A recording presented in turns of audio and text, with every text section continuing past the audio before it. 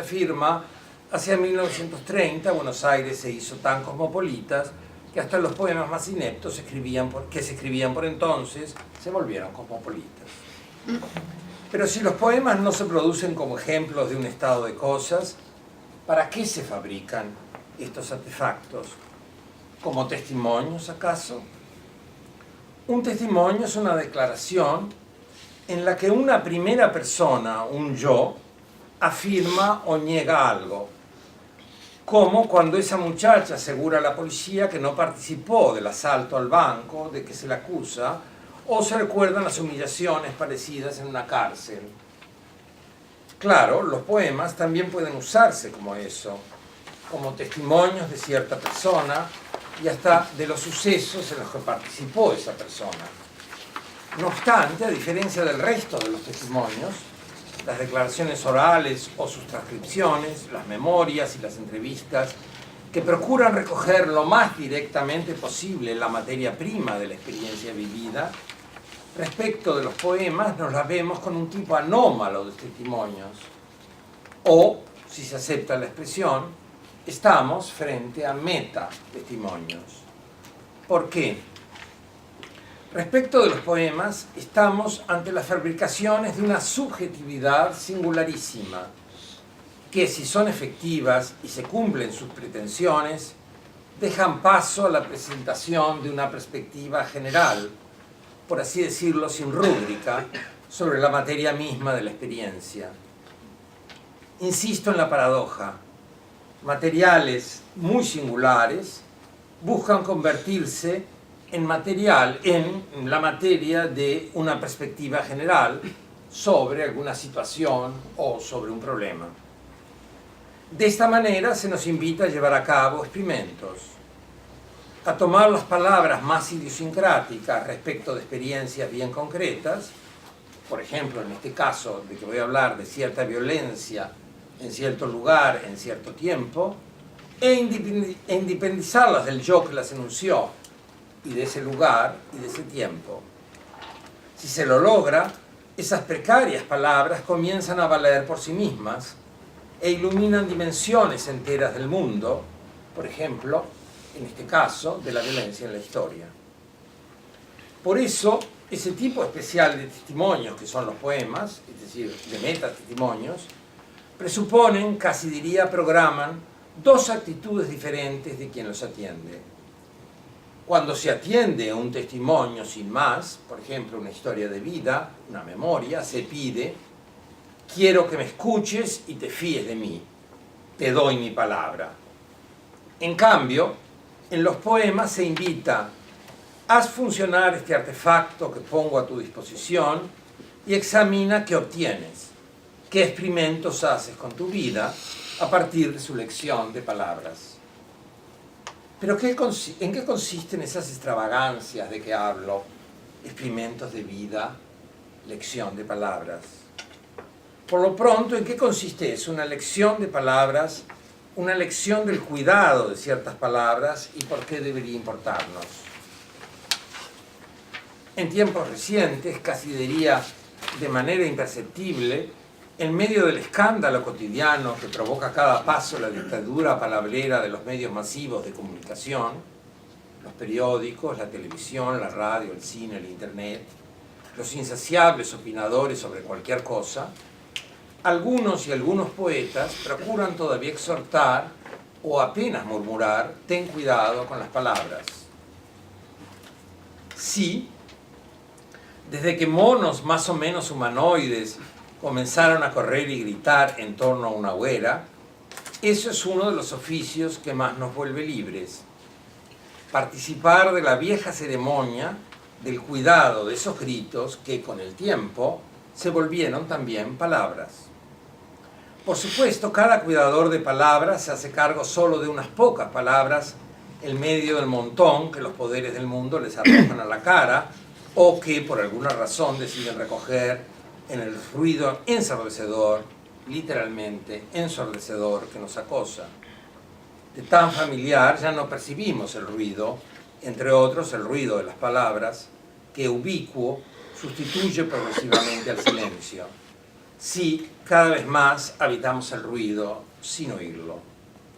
Por lo pronto, regresemos un poco a correr o divagar, desde lejos es un poco lo mismo, atendiendo con cuidado ciertas palabras.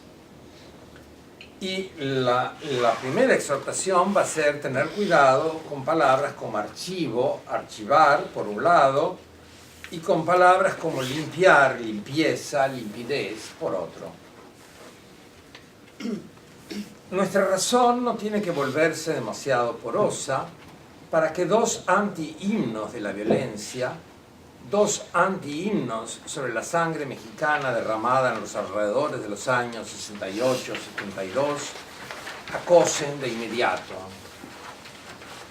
El primero de esos anti-himnos, de esos poemas en tanto metatestimonios, Memorial de Tlatelolco, fue escrito por una mujer nacida en Chiapas, Rosario Castellanos. Esbozo un primer experimento con algunas de sus palabras. Por lo pronto, no caminamos del presente al pasado, sino del presente a pasados presentes. A pasados que, como la noche de Tlatelolco en México, no acaban de pasar. Es otro fragmento de la serie de intrusos que nos confrontan con un pasado sin sepultura que busca esconderse. Cito unos versos que quizá ustedes algunos tengan.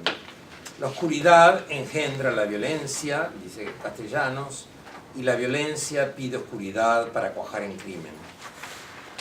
Pero la oscuridad no solo ampara el crimen, precisan los versos de Castellanos, también desdibujan el perfil de verdugos y de víctimas, hasta confundirlos. Así se multiplica el crimen con una doble estrategia. Se nos hace creer, primer paso, que no se sabe ya quiénes son los verdugos y quiénes las víctimas. Segundo paso, fundidos verdugos y víctimas en una interesada oscuridad, ya se puede mostrar como único responsable de la catástrofe a ese imposible agente que es un no agente. Esa ficción, nadie. Nadie mató, nadie asesinó. Sin duda no hay mejor modo que encubrir lo que pasó que fingir que lo que pasó no pasó. ¿Quién? ¿Quiénes? Nadie, son versos de Castellano. Al día siguiente, nadie. La plaza amaneció barrida, los periódicos dieron como noticia principal el estado del tiempo. Pero de pronto, en el poema de Castellano se salta hacia atrás, hacia las regiones de una mitología a los tropezones, que es también un pasado presente. Seguro, en medio de la oscuridad, nada mejor que expresar con vagas evocaciones mitológicas la producción y reproducción de fantasmas. Versos de Castellanos: no busques lo que no hay, huellas, cadáveres, que todo se lo ha dado como ofrenda a una diosa, a la devoradora de excrementos. De esta manera, el poema de Castellanos hace sentir que la dictadura parabrera que cada día improvisan los medios de comunicación publicitadamente tan modernos no es más que una de las tantas sucias envolturas para producir ofrendas sangrientas a la diosa, ese pasado presente, la devoradora de excrementos. Nada nuevo entonces, sino repeticiones rigurosas de una disciplina milenaria, ofrendas a las órdenes del poder, sea cual sea el poder de turno. Sin embargo, de pronto topamos en el poema con palabras que conforman lo que podría denominarse un verso emigrante. La repetición de este verso por mucha gente en muchos lugares lo ha desprendido del poema, convirtiéndolo en aforismo que cuida de palabras como archivo, archivar, y les devuelve a estas palabras su incertidumbre. Es el verso de Castellanos: no hurgues en los archivos, pues nada constan actas. Es otra manera de advertir: en la mayoría de los documentos nada disruptivo consta, y a menudo hay que ser muy lúcido para hacer presente lo que en verdad consta. Además, no olvides, con frecuencia archivar es otra palabra para poner a un lado, arrinconar, dar algo por terminado. Como tantas veces se exclama: archivaron el expediente aduciendo faltas de pruebas, aunque las tenían de sobra, o ejercieron presión para archivar una causa. Claro, son raros los archivos que conservan documentos comprometedores para quienes detentan el poder o lo han detentado. De ahí la necesidad de volver porosa la razón para integrar en la... Después de este lacónico verso o aforismo, la forma del poema dirige la atención y las emociones en otra dirección. Tengamos en cuenta que el poema se titula Memorial. Un memorial es un boletín en el que se notifican acontecimientos con el propósito de llevar a cabo una petición o una propuesta. El poema se ocupó de la primera parte de un memorial, registró los crímenes del 2 de octubre y la ausencia de huellas de tales crímenes. Ahora topamos con la segunda parte, con la petición. Mas he aquí que tosco, son los versos de Castellanos. Mas he aquí que toco una llaga en mi memoria. Duele, luego es verdad. Las fantasías que propaga la dictadura bravrera de los medios masivos de comunicación tienen, pues, enemigos. Entre otros, he aquí la autoridad de la propia experiencia. Teniendo en cuenta esa autoridad, en el poema se sustituye el cogito, el pensar, con que Descartes encontró un primer fundamento del saber, por las emociones de sufrimiento que produce el daño padecido, la memoria del dolor de las víctimas. Vamos pues del pienso, luego existo, al duele, luego es verdad. No obstante, la interpelación de estos versos no se detiene ahí, porque se puntualiza que el daño padecido expresa una verdad cuando se comparte la memoria de ese dolor. Pero aludía a los anti-himnos emblemáticos de la violencia en los alrededores del 68 y de los siguientes años. El segundo de esos anti-himnos es la limpidez de Octavio Paz. Leo. La limpidez, quizá valga la pena escribirlo sobre la limpieza de esta hoja, no es límpida, es una rabia amarilla y negra, acumulación de bilis en español, extendida sobre esta página porque la vergüenza es ira vuelta contra uno mismo. Si una nación entera se avergüenza, es león que se agazapa para saltar. Los empleados municipales lavan la sangre en la plaza de los sacrificios. Mira ahora, manchada, antes de haber dicho algo que valga la pena, la limpidez. El poema es mucho más interesante leído que escuchado porque está lleno de problemas, está lleno de paréntesis y otras cosas, pero bueno, espero que lo hayan escuchado. ¿Acaso se observa que más que diferir, los experimentos de vida que invitan estos poemas se ubican en extremos opuestos? Extremos opuestos o aparentemente opuestos. Por lo pronto, los versos de Paz parecen no tener un referente claro. Se cuelgan, no se sabe de dónde. Además, se esposa una oposición entre la oscuridad de Castellanos y la limpidez de Paz.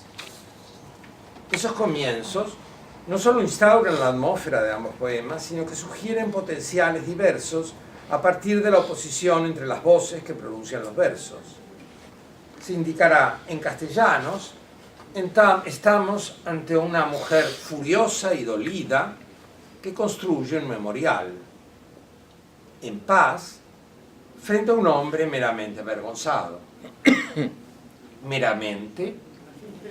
No nos dejemos llevar demasiado por la mala fama de las meras emociones. Creo que es una fama muy mal ganada. Este hombre avergonzado, este poeta avergonzado, da dos saltos. El primero de esos saltos es, sorpresivamente, hacia Mars. ¿Hacia Mars? Se preguntarán ustedes. Tal vez sorprenda que sea precisamente Marx que en una carta de 1843 le señala a Rouget: me mirará usted sonriendo y me preguntará, ¿y qué salimos ganando con ello?